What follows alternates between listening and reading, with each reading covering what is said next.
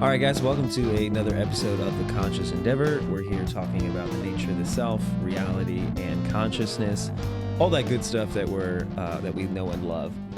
So I'm here with Elizabeth from Breathe Easy Breathwork. We're going to be talking about breathwork in various senses. As most of you guys may have know or may not know, breathwork is a practice, of actively facilitating the breath, working with your breathing, for various purposes. I mean, breathing affects your immune system, your metabolism, the acidity of your blood, all sorts of things. So maybe we can open up by maybe talking about what type of breath work that you do and maybe how you got into that, what it does for the individual to some extent. All right, thank you. Hi, Elizabeth. I'm a breathwork guide. First of all, that's the perfect definition of breathwork. I would say simply it's an active form of meditation.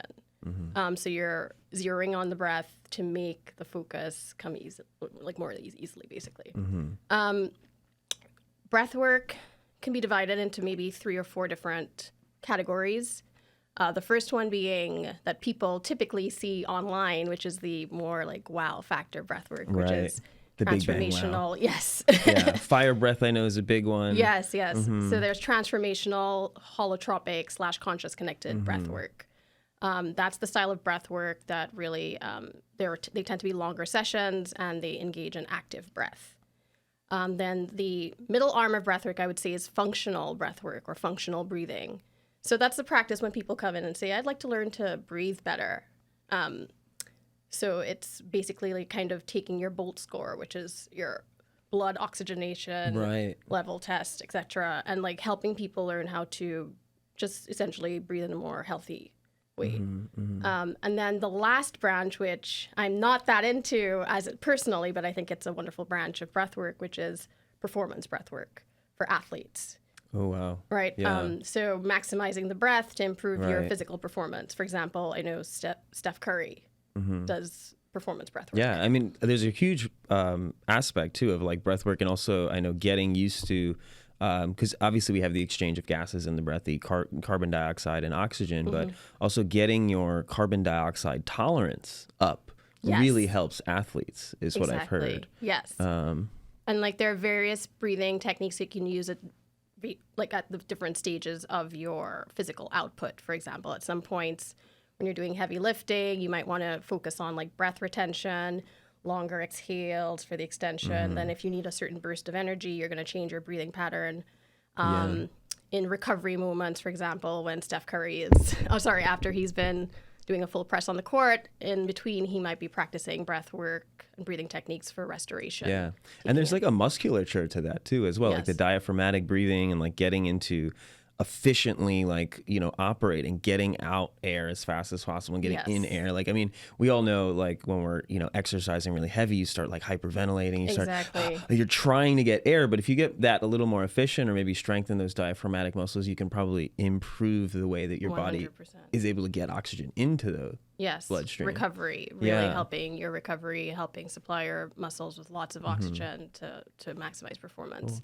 So in terms of the... can we stop for a second though? Can you move your microphone closer? Oh, sure. Yeah, just want to try to keep it like below the chin there. Uh-oh. Yeah. Good? Better? Yes, okay. Much better. Okay. Yeah, maybe a little bit closer. Just pull it towards you. Yeah, and then just turn this guy just a little one. Right there was coming in fine. This is good? Just as long as it's pointing at you, yeah. Okay. That's good. Cool. Okay. Where was I? We were talking about sport. We were starting up a whole new question. Yeah. So I was going to ask you a new question. So in the terms type of... type of breathwork I do? Yeah, so in terms of the breath work that you do, you're more on the first end. You were saying holotropic, kind of that. Yes, exactly. So the part of the breathwork spectrum that I'm on, I'm mostly working on the transformational style, conscious connecting breathing, and also functional breathwork. I personally specialize in private client work mostly, so that I have like individual clients who I'm working with on their own breathwork journey. For example, one of my regulars, she's now pregnant, so it's kind of working like tailoring her functional breathing to her experience of pregnancy, and as she moves through her trimesters to address various, symptoms that come up. And so that's really what I tend to focus on. because the therapeutic benefits are so great. And I just think it's a way. I think it's free, it's accessible, it's easy, and we all have it, and it should be something that we can all tap into to deal with our daily lives. Yeah, I mean, it's really interesting too how just accessible it is. Like you can just literally change your breathing and you can have a sort of experience. Obviously, the first couple times you do it, you want to have a professional, you want to be guided, you want to kind of know what the role is, how you're supposed to kind of go through it. There's that decompression phase, I think it's called, or you referred to it at one point. Down regulation. Down regulation phase, right? So you go into the heavier breathing, you have a, full on real psychological experience. And then you kind of come out of that, you have to down regulate, re-regulate the blood supply And or, the nervous system. Right. 100%. So I had the pleasure of going to one of Elizabeth's classes earlier this week, and wow. Really cool stuff. The amount of things that are just psychological, also like the guiding that you do is also, I think, really integral into like how you're leading that experience and how you lead people to kind of, come into their own reflection, I guess, or like introspection during that process. Yes. Do you have like a way that you come up with that? Do you do it differently every time, or how do you work with that? 100%. Yeah. So I have a set model for how I like to approach it, but I think each time I do a class or a session with someone, it's different because I'm really trying to tailor it to, one, if it's an individual, completely to their experience and their energy and what they're going through. And if it's a class, I'm trying to pick up on the energy in the room. Right. And kind of give feedback to respond to that energy. And also I tend to like to make the classes thematic. Right. And that just comes from, one, I'm like picking up on like, what's my life like right now? And then I'm also observing my friends, the community I'm in, and seeing what the temperature is, and just kind of where we're at least as I can gauge from my community and society. So I want to pick the theme based on that. So for example, the class you were in, there are a lot of artists and musicians and people who do healing work with other people. And I've been having a lot of conversations with some of those people about adequacy and showing up as enough and being questioned. So that led to creating a class that was based on worthiness. Right. So I think, it's also like kind of intuitive and like trying to be responsive to where people are at. Very cool. Yeah. I mean, you also did bring in a point in the beginning too, which I thought was cool. You even provided little booklets, but you had people do like a journaling session. Yes. To set an intention and kind of work with that. I mean, that's a really good way, I guess, to kind of have people have a particular focus. I mean, what would you like? What was your thing with bringing journaling into it? Right. So the journaling, what happens when you get into an upregulated breath, which we did, the three-part active breath. You're kind of getting into a hyperventilated state, right? You're cutting off eventually blood supply or reducing blood flow to the prefrontal cortex, shutting down the DMN. And you are getting into this very suggestible, almost hypnotic state. Yeah, and let's pause there too, because we want to break that down for people, because shutting down the DMN, right, is what's called the default mode network, right? So for those who don't know, right, the default mode network is a system of brain areas that basically function when you're what they call in task negative, when you're not doing anything, right? So when you're not doing anything, when your brain is idle, when you're kind of in that space, there's very specific areas that light up the precuneus, I think the posterior cingulate cortex. Yes. Very specific brain regions, which are kind of involved in autobiographical thinking when you're thinking about your life and your goals and things like that, which is our normal state of functioning, right? And in these breathwork states, we're trying to kind of, I guess, get out of that. We're trying to kind of get out of the everyday mindset, right? And kind of step into, as you said, more hypnotic states and those sorts of things. An altered state of consciousness. Right. To put it in the psychedelic lingo. So you're essentially entering an altered state of consciousness. We're shutting down this rumination. And when you're in that state, the person who is helping with leading or pulling things out of you is you're doing it, right? You're delving into your own subconscious mind. And at that point, you need a guide. And your guide really should be the intention that you set. Okay. Right. So that's why I have the journaling as part of it. I want people to get really clear. There's something about not just having the thought of, I would like to focus on grief or abundance or whatever it is. There's something about putting pen to paper and really writing it out and thinking clearly about, this is what I'd like to do in this space. I'm signaling to my mind, this is where we're going to go. This is what I'd like our focal point to be. So it's essentially setting you up to be your guide, your own guide, and to get what you want out of the session. Yeah. And then I'm just there like ground control. I'm like, that's how I see like being a breathwork guide. Piloting the ship. Exactly. I'm just ground control to ensure that no catastrophes occur. Yeah. But it's really each individual walking themselves through that experience. So, I mean, in a way, you can say it kind of becomes like the mantra of their practice in that sense, like what they're trying to focus on. Well, the interesting thing for me is like I did have a particular focus for that class. I think I had an intention, and it was something simple of like, you know, finding ease in life and like not working too hard, not pushing myself, but like also finding flow. Yes. You know what I mean? I kind of had this intention. And when we went in there, like it was totally like out the something window. else. You know what I mean? I got into that. You know, I guess hypnotic state, and you were guiding, and you were just such a great guide in the sense that you were bringing people into these states of just like really deep reflection. You know, I mean, I think one of the things you said that was like, you know, you've made it through everything, you know, that every bad day. Right. You know, you're here now, you know, and that was one of those things that like when I was in that state, you know, as you said, like a suggestive kind of hypnotic state, it just took me into like, wow, like my life and like, you know, how I've gotten here and what I've gone through to get here. Yes. And, you know, really wild. And I mean, I bawled like a baby, you know what I mean? And it really, you know, really does bring you into these states of like profound feeling. And I mean, I don't know, what do you think your theory is as to like why our psychology is so susceptible in those moments? Do you? Yeah, I think so. Some of the science behind it, at least in the psychology, we've shut down the DMN right now. So what's happening is you are allowing, instead of going into that default, all the typical patterns of how you would think, right? Like X leads to Y and Y leads to Z. You're now breaking out of that structure, and it's allowing your mind to access brains and memories and thoughts that don't like memories and thoughts that don't typically go together. Right. So you're connecting.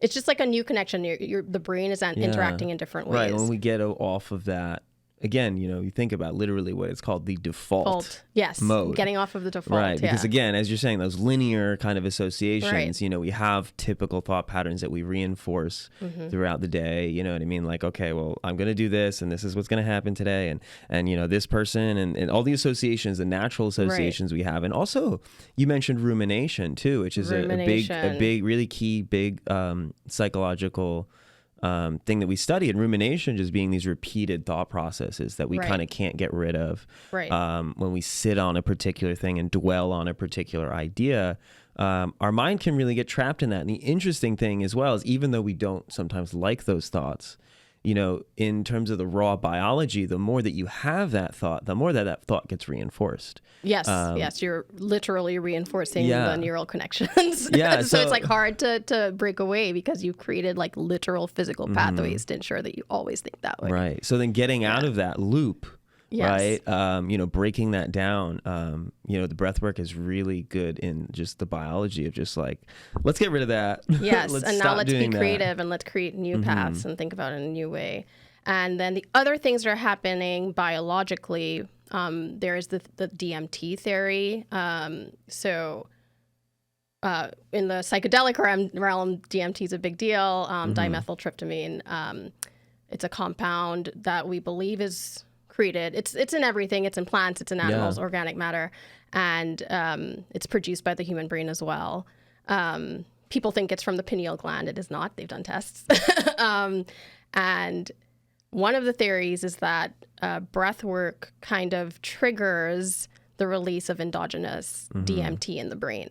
And DMT, when it floods the human brain, essentially triggers a near-death it happens when there's a Right. near-death experience. Right. Yeah. I don't warn people about that before they go into breathwork. I did in one class, and the looks on some of the people were terrified. Right. You don't want to walk people into this thinking, hey, I'm about to have a near-death experience. Yeah.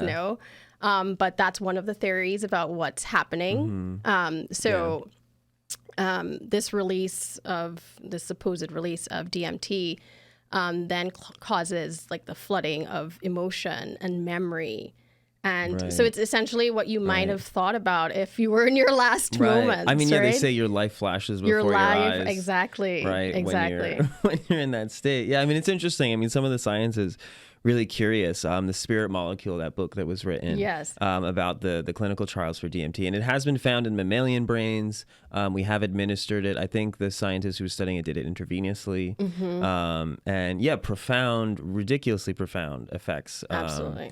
Sometimes short lasting, depending on how it's done. Ayahuasca as well. The active ingredient in is DMT with an MAOI, which allows the body to basically inhibits the body's breakdown. So it makes the chemical last longer, which is why a lot of these South American traditions, ayahuasca traditions, they go for hours and hours and hours. Yes.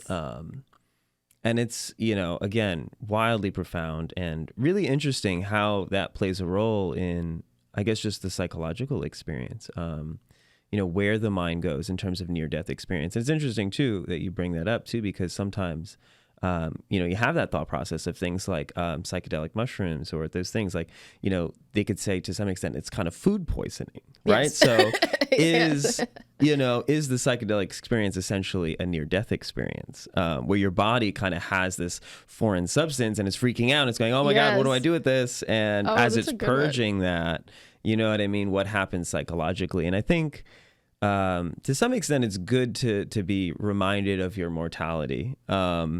In terms of just the reality check of it, I mean, I think that struggle to some extent makes people stronger, right? So in that regard, if we have these kind of induced experiences, how they affect the psychology, how we reflect our real lives and how we get perspective in our real lives from those things is really interesting. Absolutely. Absolutely. And I think Wim Hof, who's very famous in the breathwork space, it's a crazy man. He's very cool, though. I like him. He said this quote, and it really stuck with me. He said, but he was referencing doing cold plunges, ice baths. Yes. He said, you die a little every day, so you remember to live. That's part of it. And I almost feel like maybe the breathwork experience, at least the intense transformative / holotropic type, is a bit of that. You're coming to a place where your body's panicking, your blood pH has gotten very alkaline, right? And that's triggering almost a relaxed a controlled hyperventilation, right? So you're going into respiratory alkalosis. And once you're in respiratory alkalosis and your blood pH is alkaline, your body's going to treat that like you're dying. So it brings you to that little death, and you see what comes up, right? And overwhelmingly, I think what comes up for most people, things like connection, love, those who aren't here anymore, grief, joy, remembering to be happy, remembering to let go of the of the small things. It brings you to those big overarching themes of love and connection. It's interesting too, because I think that as people kind of come back to their body and the idea of this like mortality, it's like we lose all those little things that are connected to this life that don't matter. Yes. Like these little grudges or these little just objects, materialism, like all these things that we were connected to that we thought were a part of us. When we're in those states, those things are not there. They're not there with us.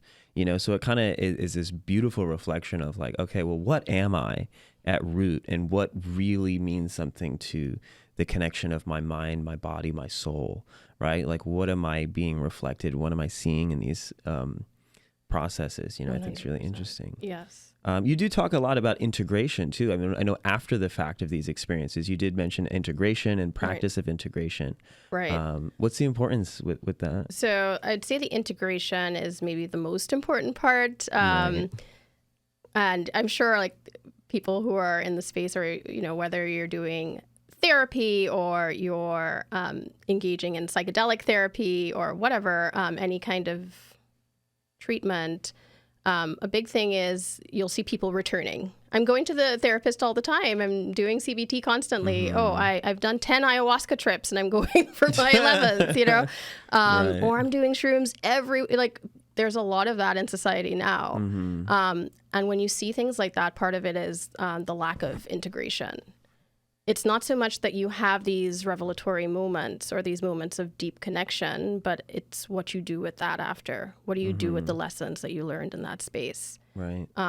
So that's a big part of the journaling. I give you the journal one to kind of direct yourself, and then you have a moment of journaling after to record, this is what happened, this is what I learned, this is what I experienced. And you're like narrating that story to yourself, so that you can use it to transform your life and bring it into your everyday life, the lessons that you learned there. And that's where the real transformation occurs. It's one thing to have a singular moment of revelation. It's a whole other thing to make it useful in your everyday life. I mean, it's interesting because if you don't integrate it, it's like, you're being given a lesson and you then don't learn it. Yes. Right. You know what I mean? So it's like, okay, well, now I have to learn this again. Yes. Right. It's like getting an Yes. algebra lesson. And if you didn't take notes, you know what I mean? Like you're not done. going to do well on the test. You got to learn it all. Somebody's got to explain it to you all over All again. over again. I remember in the session that I was in of yours, I popped up right away and just took out the thing and just started writing. That was great that you did that. Yeah. Immediately, because there was just so much reflection on, like, I guess the nature of my relationships, with friends, family, and everyone, you know what I mean? How I show up to some degree in particular spaces and what that means to me, and also why I show up that way, like my unconscious intentions in connection or, whatever it may be. It really spoke to me in that regard of just, and again, just that taking that space to really think about that and kind of turning off the linguistic brain too, because a lot of times we're always like, well, how do I make sense of this? How do I put this in words? You know what I mean? Yes. But at a certain point, it's like, okay, shut up, just feel it, go through it, because your brain's doing things regardless of whether you want to make it make sense of it or not. I feel like 100%. I'm glad you mentioned that. Yeah, the visual, it's like a heightened visual or visual state almost. It's not, you're in control. It's not hallucinations. Hallucinations, you're not really quite in control of that. Right. But you are having, it's like visual, like an altered visual cognition. So you're getting all these, you're creating these images and these scenes and these scapes in your mind that are communicating lessons or things that maybe you have suppressed or what your body wants to say to you. That's another big part of breathwork. I think it's also deeply about mind-body connection. And I think that's a modification that I've made. I also go to other breathwork practitioners for my own breathwork.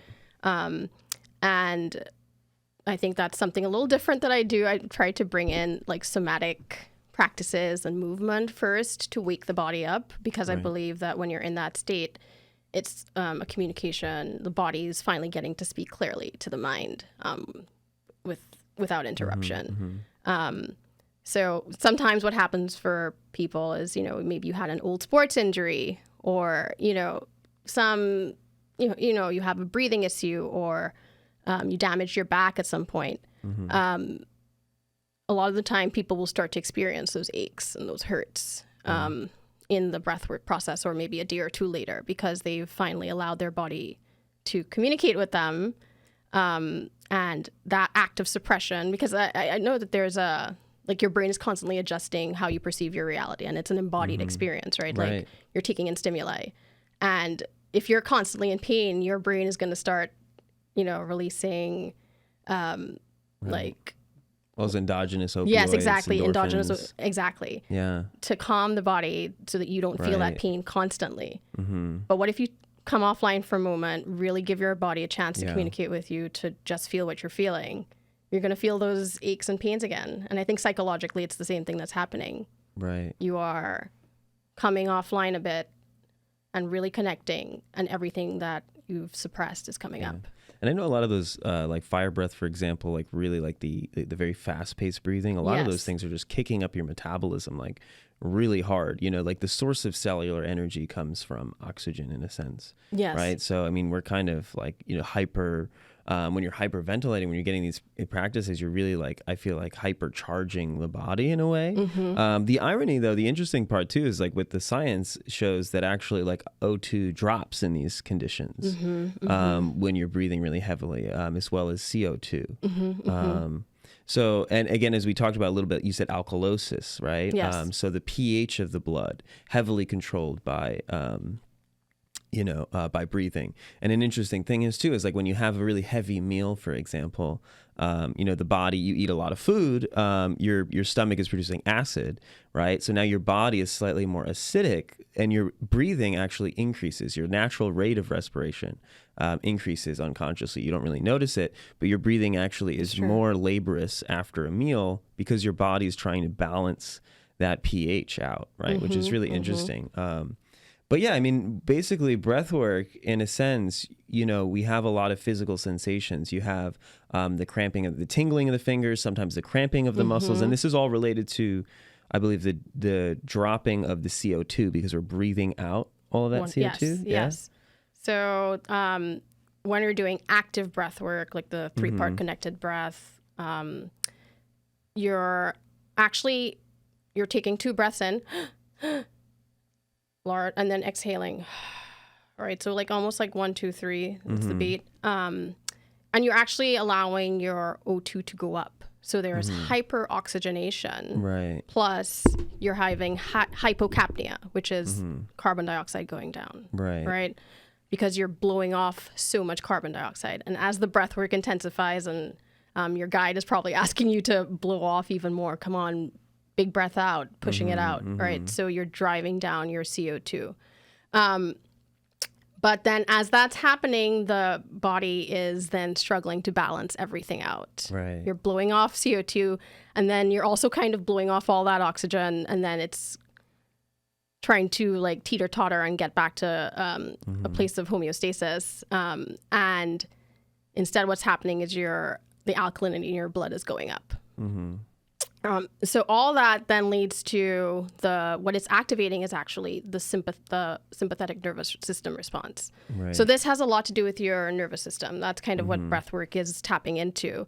And the breath specifically, because the autonomic nervous system, typically we don't have control of it, but the one thing that we can tap into that's part of the autonomic nervous system is the breath. Right. Yeah. And just to pause there too, because breaking that down a little bit, the autonomic nervous system being the division of the nervous system that's in kind of in control of our, you could maybe say, unconscious responses to the environment. So we have obviously the fight flight that we're all familiar with. And then we have obviously what I love is the rest and digest, right? So the autonomic nervous system controlling whether the blood is going out to the limbs to fight, flight, or whether in relaxation, rest and digest, the blood goes to the organs to absorb nutrients, for the liver to do its function, for pancreases to do its function.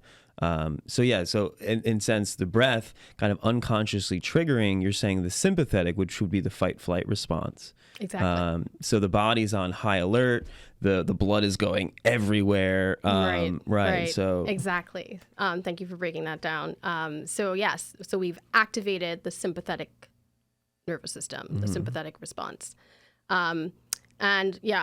More commonly known as fight flight. And in that state, your pupils are dilating, your heart's pumping faster, you're releasing more cortisol, you're releasing norepinephrine and epinephrine. So you're in a state of readiness. If you have to run, you have to escape, it's preparing you for that moment. And basically what it's going to do then is reroute or send your blood and oxygenation to the places where, you're going to mount this defense. So it's sending more blood to the heart, to the essential organs. It's pulling it away from your extremities, from your hands, from your toes, from your fingers, from your feet.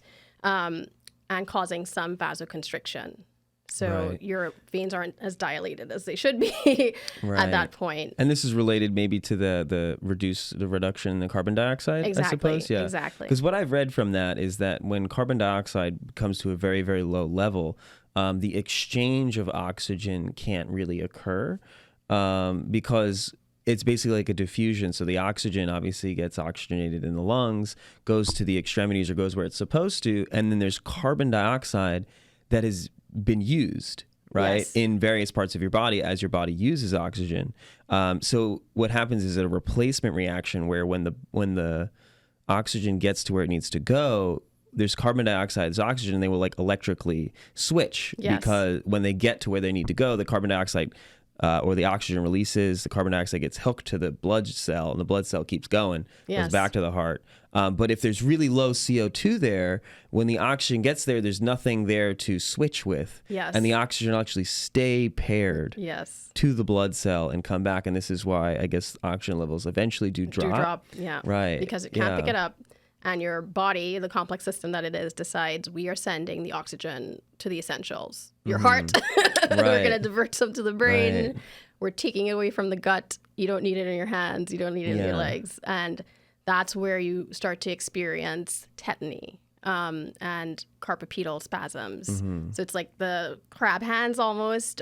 People start to get a lot of tension in their hands or toes start to cramp up. Right. That's that actually is caused by lack of calcium uptake at that point. Interesting.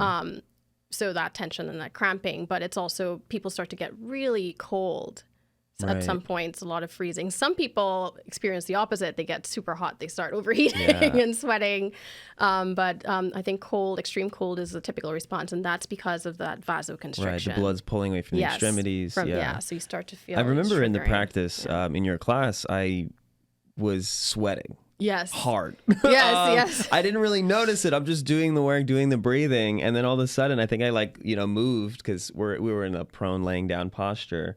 I moved, and all of a sudden, I realized how sweaty my back was, Yes. and I was like, "Oh my god!"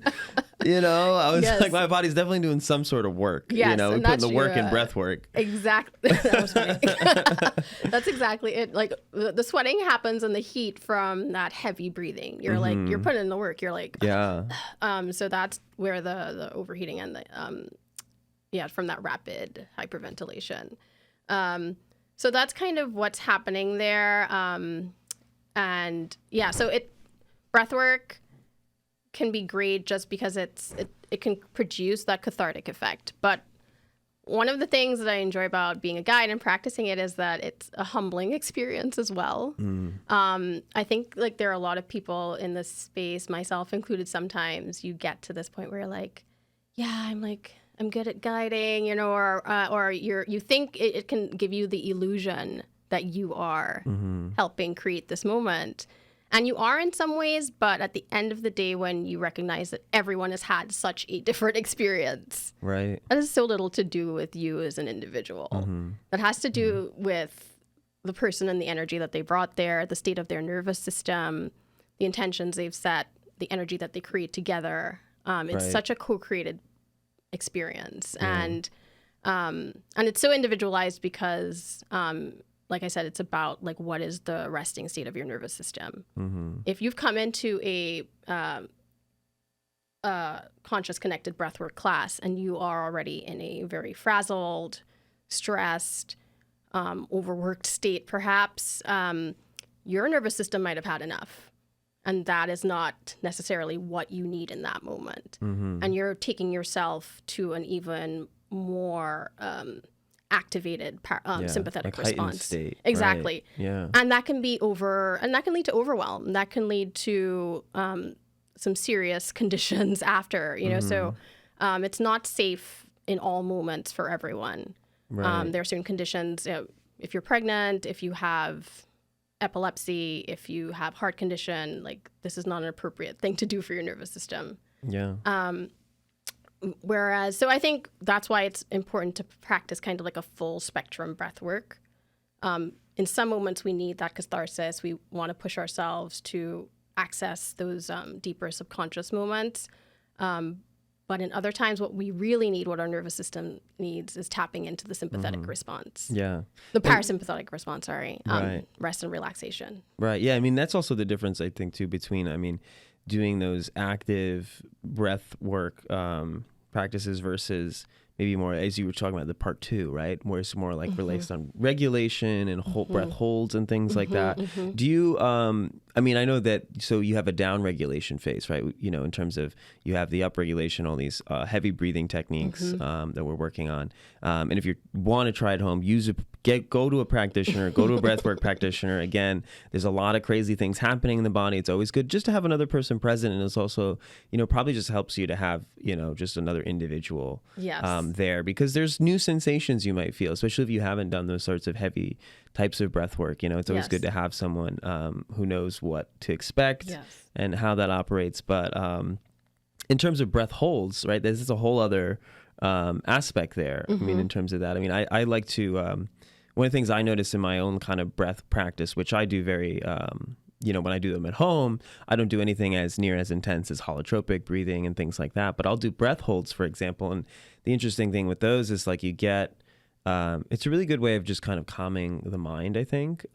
Naturally, we have a rate of breathing, you know, throughout the day that we have. And if we get excited, our breathing kicks up. You know, if we get scared, right, same thing, breathing's kicking up when we're relaxing, right? So there's this kind of connection between emotionality and breathing naturally. But when we take that active role of, okay, let me regulate my breathing, all of a sudden now we can regulate, you know, the mind, which is really cool. One of the things I realized too is like when I'm, which is always really interesting to me, it's like when you breathe out and you hold an exhale. I can hold an exhale, let's say like for like 15 seconds, nothing crazy, right? But I noticed that when I do that, I can actually breathe out further and I can get like deeper and deeper in, I don't know if you've ever like experimented with those kinds of things or the breath holds are great. They help with carbon dioxide tolerance, CO2 tolerance, right, which is the athletes, as we were saying.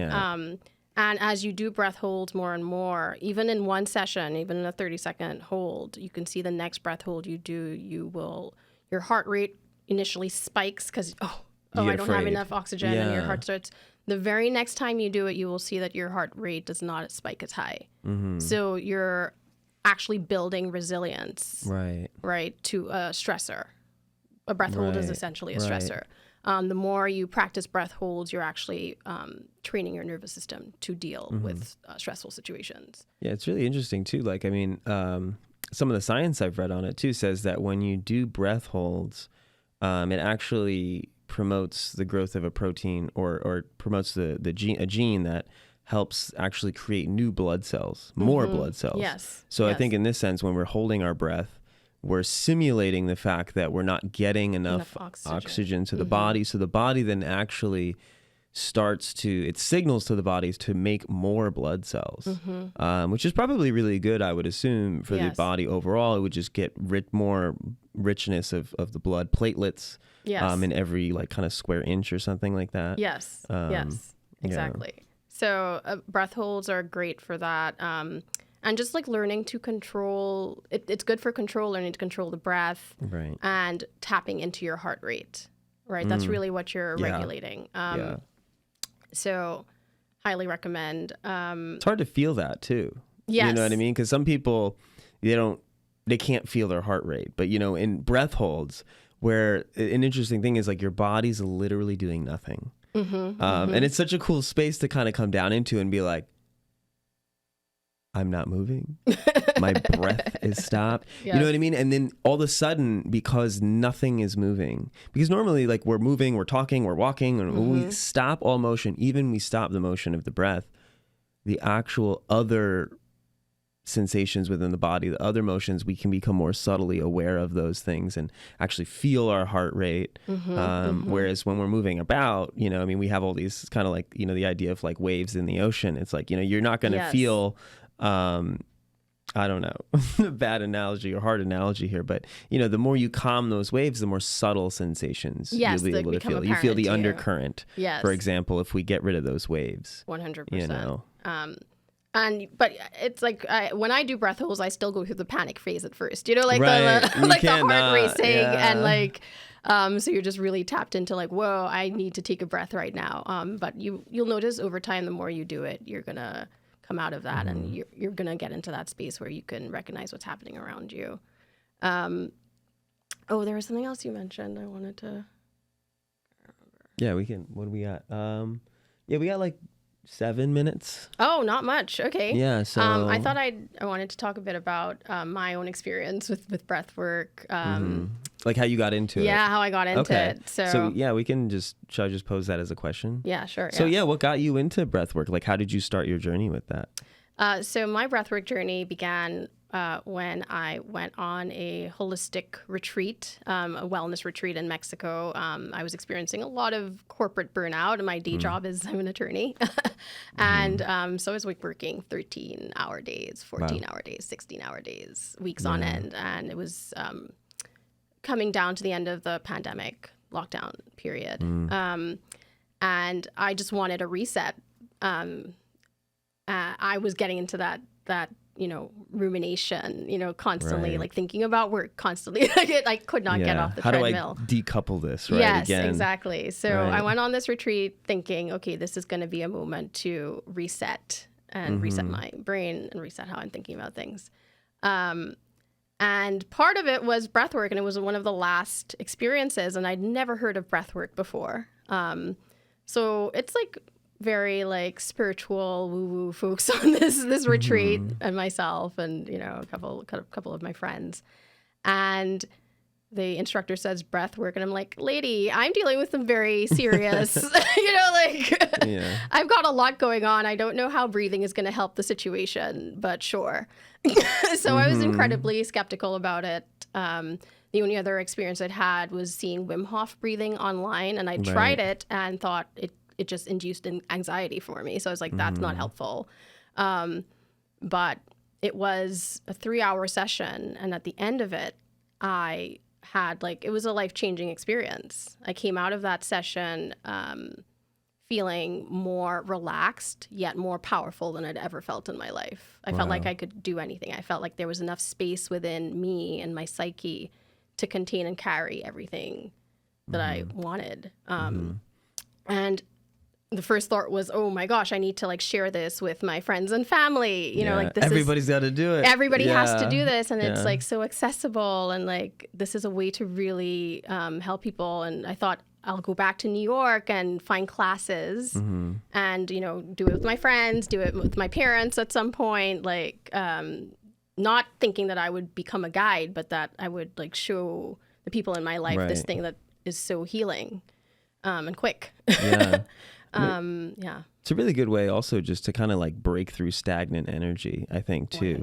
Especially when you get into the rhythm of the breath and it becomes tiring and you're just kind of also, you're jogging all of these systems. You're forcing your body to adapt and regulate to all these changes of conditions, dropping of CO2, right? Intake of oxygen. We have all these different practices. It's a heavy cardiovascular exercise, and it's really good. One of the things you said when you were guiding the session as well was how you show up in the breath work. Is that how you show up in life? Yes. Right. And that was you know what I mean? Yes. Because it's push through and do you push through? And that was, I think, part of the theme of that particular class. But that was one of those things where it's wow, don't give up, right? Keep with the practice, keep moving forward, have your consistency. You know what I mean? Yes. Really great analogy for just how we live and how, what you're able to do for yourself. Right. Right. And I never want people to use that to beat themselves up either. Right. Sometimes right. Where you are in your life, you're showing up with the capacity that you have. Everything is about capacity. If you are, if you are just taking on so much, you're doing a million things in a day, you're a parent, you're taking care of your kids, you don't have time for yourself. Any of those things, your capacity is limited, right? Maybe you're going to show up in breath work and you have to do a very slow, deep breathing session. You don't have capacity to go beyond that. So that's not to shame yourself. I showed up in breathwork the way I show up in life. I thought I did it for the first 4 minutes, which are always really difficult. And I was like, this sucks. Like, what is this? Like, We're struggling here. and I was just like, abandon ship. Yeah. I tried to stop breathing. And then the instructor was like, you can't stop breathing. She's like, just keep breathing. Yeah. And then so I did. This is the first time I did it. And then eventually I was like, I'm here. Let me just give it my all. And that's how I do life generally, right? I reflected the way I approach life. Interesting. I'm like, what am I doing here? Why is this so intense? And then, you know, I take a moment. I'm like, okay, let's be here. Let's live it up. Let's maximize the moment. And there's something you said as well, like during this, like to not stop the breathing. Now, is there something to, doing while you're doing at least the intense or more intense part of the breath work to, like, would it be inappropriate to do a hold during that period? Or is it like more of like a biological thing that you do that? Or is it more just to keep the rhythm? Yeah, it's definitely a biological thing. Yeah. A breath hold in between that would stop the process. Right. It's about that continuous oxygenation and expelling of CO2 that's going to create that respiratory alkalosis, slight respiratory alkalosis, right? If you shut that down, you're going to stop the process. So you wouldn't hit the top of the mountain? No, you would not. And it's typically the first 10 minutes is when you'll encounter a lot of resistance. The first 10 minutes, all your brain is going to try to talk. You're going to talk yourself out of it. Right. Yeah. I mean, I hit that wall for sure. Like where I didn't really get into physical symptoms yet. Yes. However, my body was kind of like, all right, chill out. Like, yeah, stop you're doing too much. Stop. Yeah, my body was like, stop what you're doing right now. But, you know, the coaching too, I mean, also you had the whole class like in rhythm. We were all in rhythm with each other, and you had just, you know, so it really, really helped, I think, of me breaking past my own first wall that got put up. So that's I kind of do the rhythm together for the first 10 minutes because I want you to get past that wall together, to get past the hard part. And then after that, I'm happy to see people go into their own rhythm, right? And then you have to honor and respect your body and what it needs. Yeah. Right. You don't want to push too hard if that's not where your nervous system is at. And it's a good thing too. You know, you go back and forth between drill sergeant and, you know, compassionate, you know, space holder. Yeah. And sometimes that's what people need. Sometimes you need someone to push you a bit, but sometimes you need to like say, no, drill sergeant, I'm not doing that. It's not good for me right now. And that's good too. Yeah. I think the last element that I would say about breath work is it was developed in the 1970s as a form of transpersonal therapy, right? It was when psychedelics were they were no longer legal, right? So that's right when they were being criminalized, and some of the researchers like Stanislav Grof, who had the opportunity to work with psychedelics, wanted to continue doing that with his patients. So he came up with this holotropic style of breath work to continue to do this form of psychedelic therapy. I remember he worked with LSD actually with schizophrenic patients and was finding a fair amount of breakthrough. I didn't know that he developed holotropic. Yeah, he's the person who developed holotropic breath work, so cool. he could continue to do his research legally. And so part of it is that's the origins. It's about transpersonal therapy, which is why sometimes I'm not too into this, like sit in your apartment looking online, and you're alone in a room and you're hyperventilating. And I think part of it is having at least the system that he designed is having the breather and the sitter. The sitter is a compassionate observer. It is it's the attention of it's just having focused attention of someone there to care for you and be there with you in those moments that are sometimes difficult. And that's part of why it's therapeutic.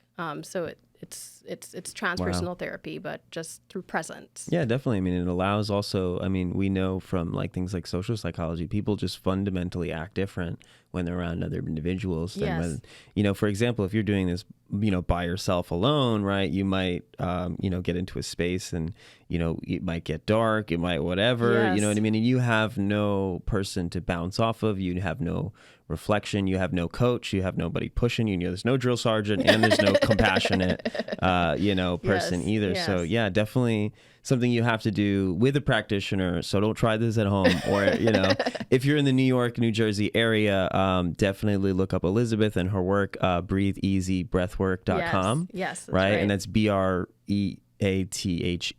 right? So a little extra E in there. Breathe Easy breathwork.com. So check out her stuff if you're in the New Jersey, New York area.